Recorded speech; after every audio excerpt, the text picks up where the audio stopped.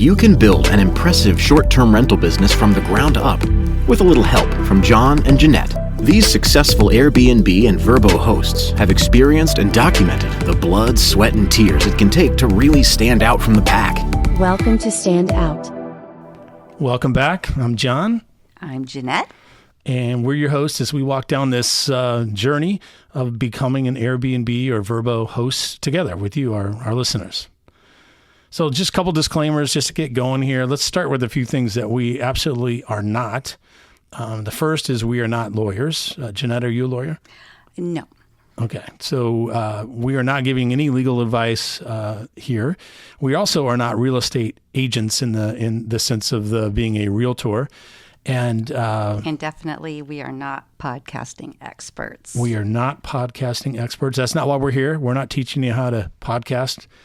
What we are doing is trying to help you down this path using experiences from our own experience and those of other hosts that we're friends with, hoping it'll help your business grow. So we are, as you heard the announcer say at the beginning, successful VRBO and Airbnb hosts. In our first year of our property, we actually tripled our goals that we had set for our first year there. We have nearly 2,500 followers on Facebook for the property itself, not for me and Jeanette. We have tens of thousands of engagements through social media with that property every year. And our website that's made specifically for our property has about 40 to 90, depending on the day of the week, interested visitors stopping by the site every day. We do have a very unique property. It's a houseboat. It's on the water. It's got plenty of room, 2 bedrooms, 2 bathrooms. So you can have at least 2 couples stay there. It's got a beautiful view. It's got lots of outdoor living space, and it's walkable to area restaurants. But it is a home. At the end of the day, Jeanette, this is a short-term rental in Wilmington, North Carolina. We are surrounded by other condominiums and other homes and historic homes and all kinds of things in the area. And even though our property might be a little different from that end, we are definitely right down the middle of the lane in Airbnb and VRBO and all the other marketing that we do.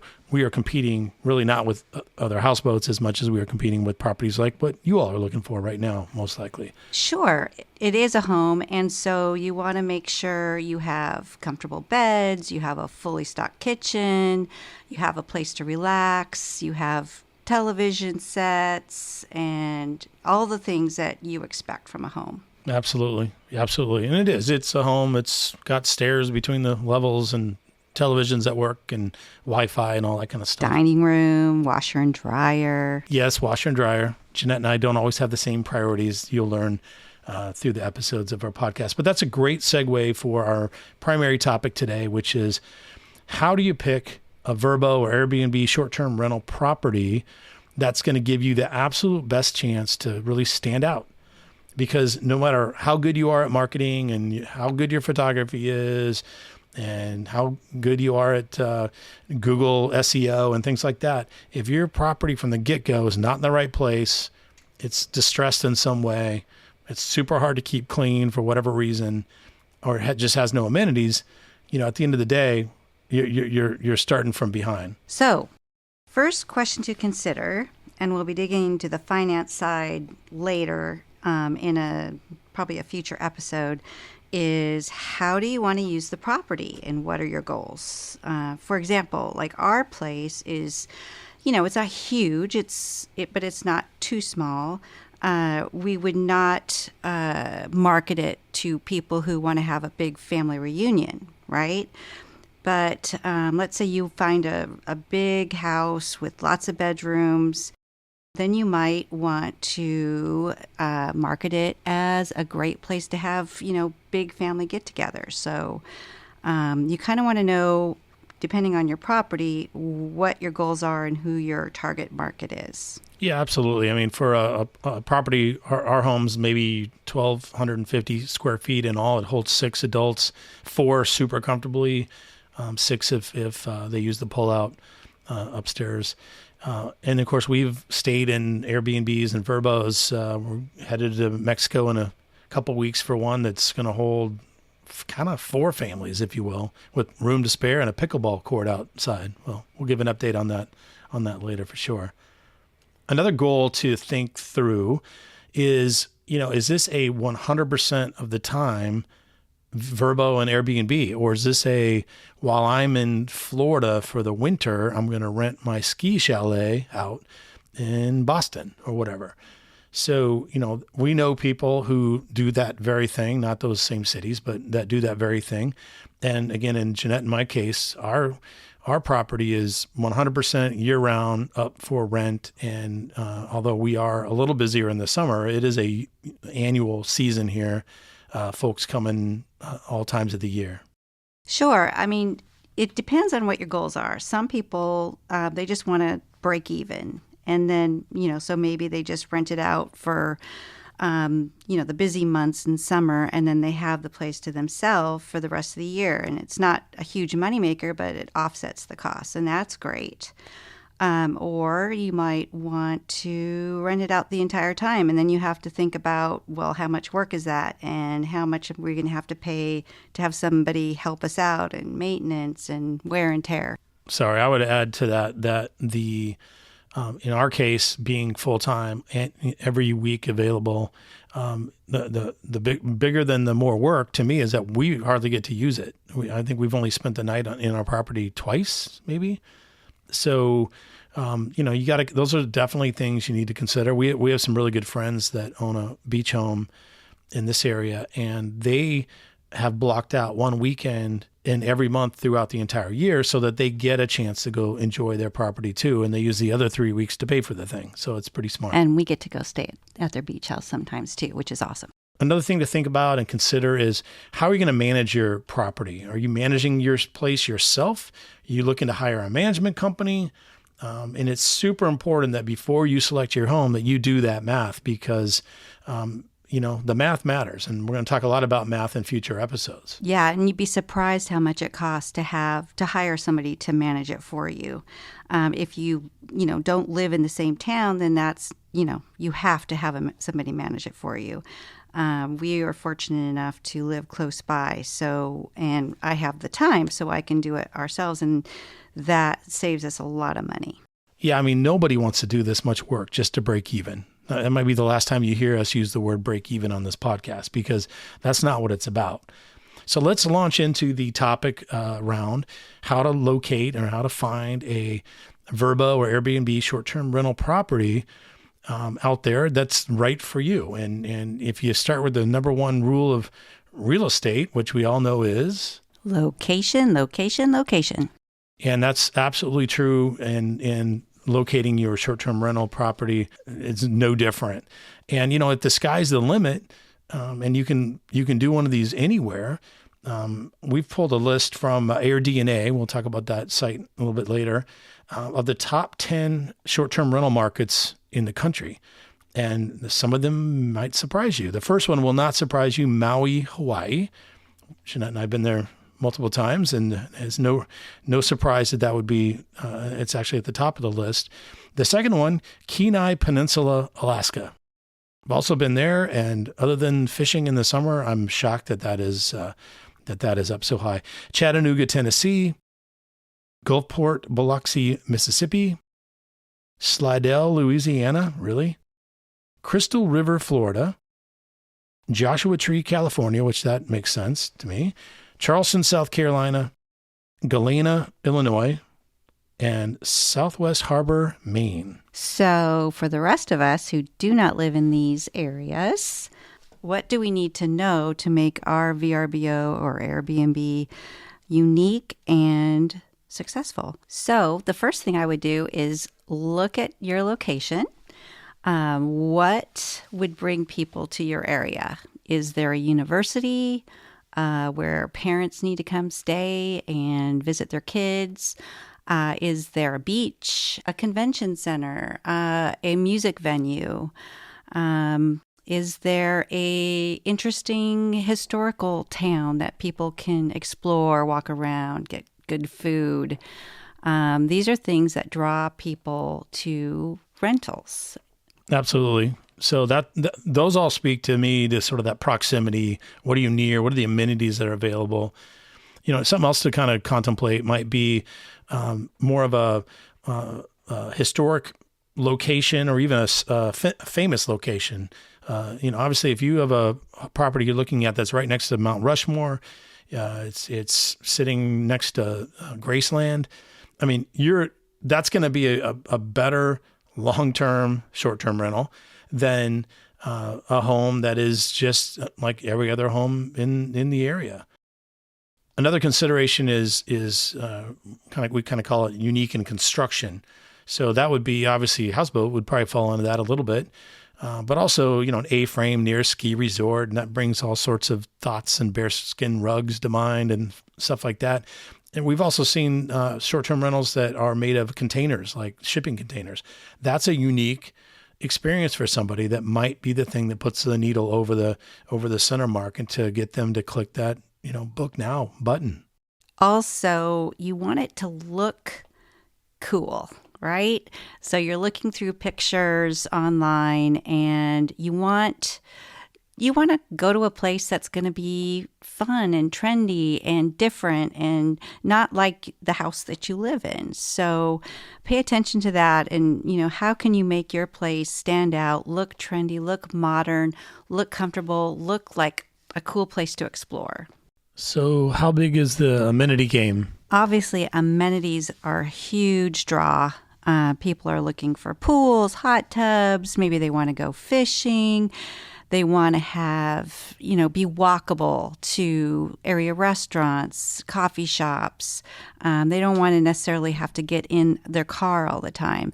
Also, parking is a big deal. There should be adequate parking depending on how many people are staying at your place. That's a good point, Jeanette. Absolutely. Now let's talk about a few things that are just scream, don't buy me for a short-term rental, VRBO, Airbnb property. Certainly the first one that comes to mind to me, and I've actually know people who have done these, is they find a cute little house in a cute little neighborhood off the beaten path in residential space, and they buy it hoping to make it a rental home. And hey, I'm all for folks doing that. I think that's awesome. It's just not for this podcast. That's a long-term rental. That's a year, 2 years at a time. People are not going to stay up in Shady Acres in some cul-de-sac home because they're in town to see a concert. They want to be down by the action. They want to be nearby. Yeah, you really, if you can be close to the basic things, walkable to, to downtown, walkable to restaurants, shopping, those kinds of things, those are going to be huge draws. Yeah, I would say in general, another one to stay away from is just anything that is vanilla. I don't know if that's the proper term for that, but something that just looks like everything else that you're looking at, whether you're out there on Zillow looking for properties or you're scrolling through Airbnb and VRBO listings to get some ideas. If it's not wowing you there, it's not going to wow your guests either when you're up and running in a few weeks or months. Yeah, think about when you're on vacation, you're taking pictures, you're excited, you're with family.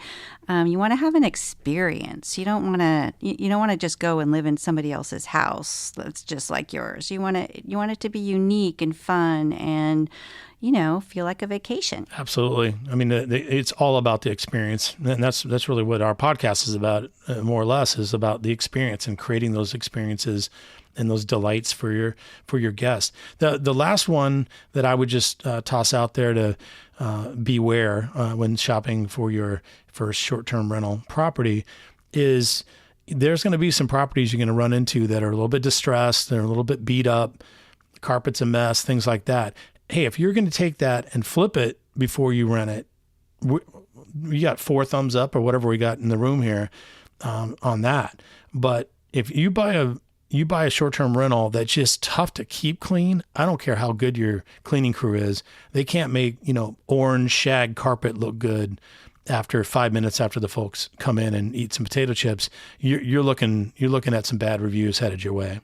True, and you can't change the condition of the roads or what the neighbors' houses look like or things like that. So even if you make the house look great and awesome, if it's surrounded by, dinginess, that's going to be a huge turnoff and will make it more difficult to rent. Okay, so ultimately, I guess you need to ask yourself, number one, would I stay here? Will I be excited for the 2 or 3 months that I'm looking forward to this vacation because of how cool this place looks and what a cool location it is? What makes it unique? What makes it stand out from the pack? Whatever you choose, make sure the math works based on the goals that we talked about earlier. And of course, super important, make sure the HOA or any governing body or the local county actually allows it, because you don't want to find that out after you buy your short-term rental. For each episode, we'll spend a few minutes on some actionable things to help your property stand out. Today, we're going to plug a show on Netflix, if you can believe it. There's a show called Stay Here. And again, you can find that on Netflix. It's from 2019-ish. And no, they're not a sponsor, Netflix or the show. And it's a kind of reality type home improvement show. But what's unique about it, as you might guess, is it is about short-term rentals. And they dig deep and they change these homes in many cases. But beyond the remodels, I mean, they also change the way these guys think about hosting their guests. The hosts are both well-known folks from reality television home improvement. Genevieve Gorder is one of them, and then Peter is the guy with the cool accent. And you're going to love it. It's something, if you're really serious about taking down a short-term rental property, make some popcorn, grab a notepad, you guys sit down and watch all 8 or 9 episodes, and it will do so much visually for you. And then we'll be your audio source for the rest of it as we continue our podcast here. Jeanette, what's your favorite episode of Stay Here and why? Well, I think the houseboat episode, I think was the first one. It's a houseboat in Seattle, Washington, which is where I'm from. And the transformation, they just turned this dingy little boat into a really super cool place. Obviously, our houseboat does not look quite this cool, but we took a lot of ideas from the show, and it was just really helpful to kind of think about what renters are looking for and how to make them feel cozy and comfortable and provide a little luxury.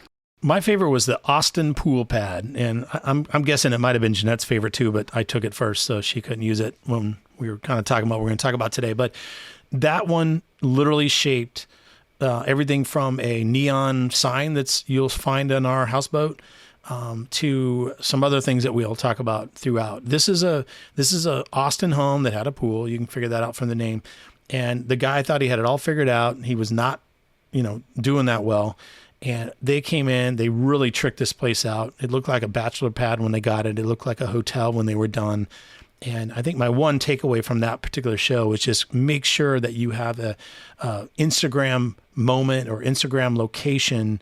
And again, it doesn't need to be Instagram or whatever social media you use, but what do you got that's going to get somebody to stop in their tracks, pull out the phone, and share with their friends how much fun they're having at your property? Because that is free advertising, my friends.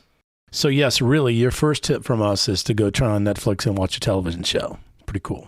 Another quick tip is to go check out AirDNA. That's a website. It's got lots of data about short-term rentals, geographically speaking. It's just a great resource. It's where I got the top 10 markets we shared earlier.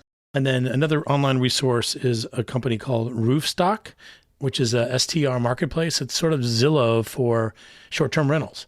So if you're really serious about looking for one, there's folks selling them on there. They already have their book of business. You can look at their books at some point, and you're not going to find them on Zillow. So again, check out Roofstock. And then the third tip is also fun.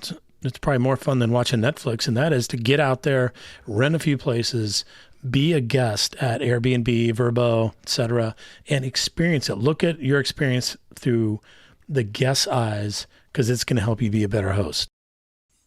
I think the short-term rental we rented through Airbnb in Florida probably stands out to me as the the wrong way to go.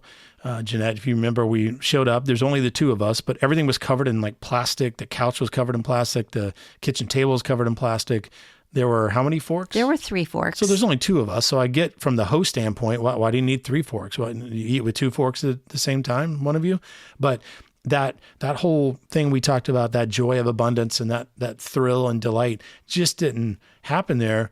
I'd contrast that with, Jeanette, remember the home in Colorado Springs with the family? Oh, yeah. That place was amazing.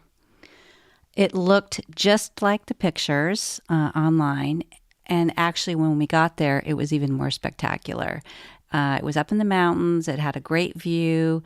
It had every single thing you could ever need in a kitchen. It had plenty of beds and bathrooms and gathering spaces indoors and out. And it was one of our favorite places. So take that experience and map it back to a listener. How does this apply to them? What do they need to consider? Can you picture a family staying in this place, enjoying playing games, having a meal, making fun family memories? Pick a niche. You don't have to be like everybody else. It's important to know your competition, though, and make sure that you're just a bit better so that you will get the rentals. Exactly. Yeah, we do not want you to look like everyone else, because that's a set of competition that's not fun to play in. It's a lot more fun when you're out there kind of on your own with something super special. I totally agree with that. Well, that's it for this episode of Standout Hosting. I really appreciate you guys joining us. Please subscribe and tell your friends. We'd love to have you follow along as we take this journey together. Next up, in our next episode, Jeanette's going to dive into the super important topic, which is sheets, towels, soaps, shampoos, all that stuff that a lot of folks overlook, yet they can be one of the most commonly reviewed things. Cleanliness and the experience with the sheets and some of the other amenities make a big difference. See you next episode. Bye.